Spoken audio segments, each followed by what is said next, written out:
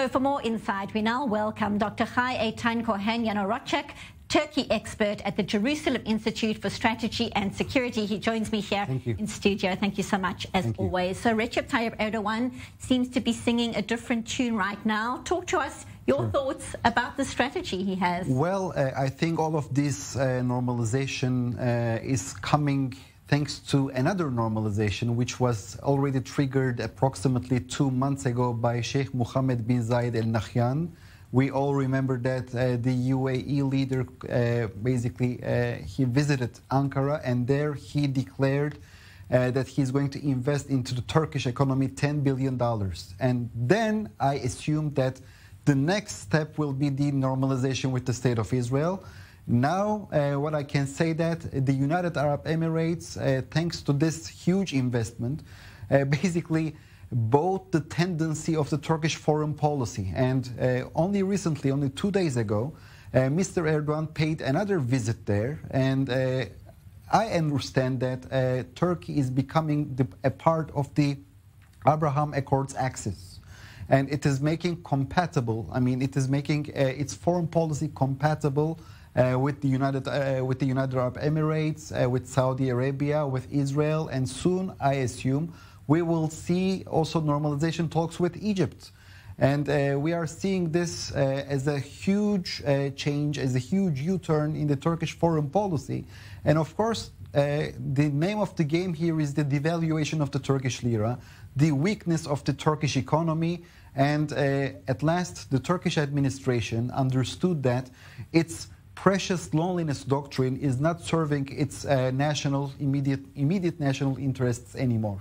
It's so interesting to hear you talking about that circle of peace since the Abraham Accords being widened, then being so much speculation about which countries might be next down the line. But one of the unifying aspects of the countries involved so far in the Abraham Accords has been the issue of security. So talk to us about the relationship between Hamas and Turkey and a solidifying of relations between Israel and Turkey. What would that mean for Hamas in that country? Yes, for the first time in the entire bilateral history between Israel and Turkey, Israel in a position to say to Turkey that we have conditions.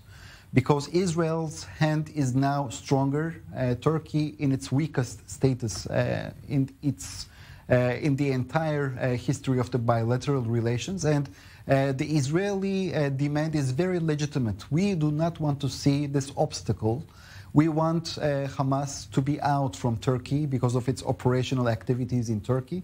And it is basically damaging our relations with Ankara. And in my opinion, we made a mistake, and we should also put this on the table.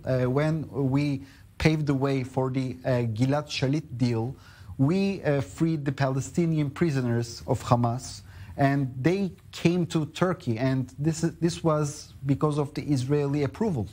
And then they stayed, and they basically enlarged that particular cell, which became a headache today. So basically, we should draw some conclusions in order not to fall in the same trap also in the future.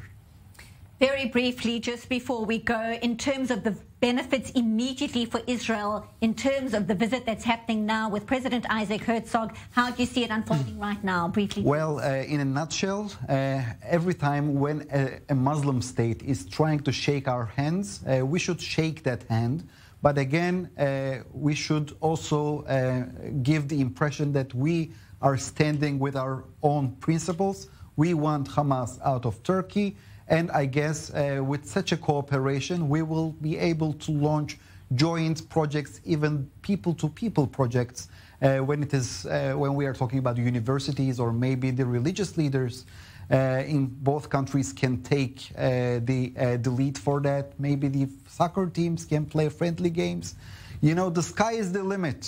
First of all, the two leaders, Herzog and Erdogan, should take the first step. I believe then also other people would follow them immediately. Certainly will be fascinating to see how these relations unfold. Always appreciate your insight. Thank you. Dr. Eytan Cohen, Yanarocak, Turkey expert. Thank you for being here in the studio.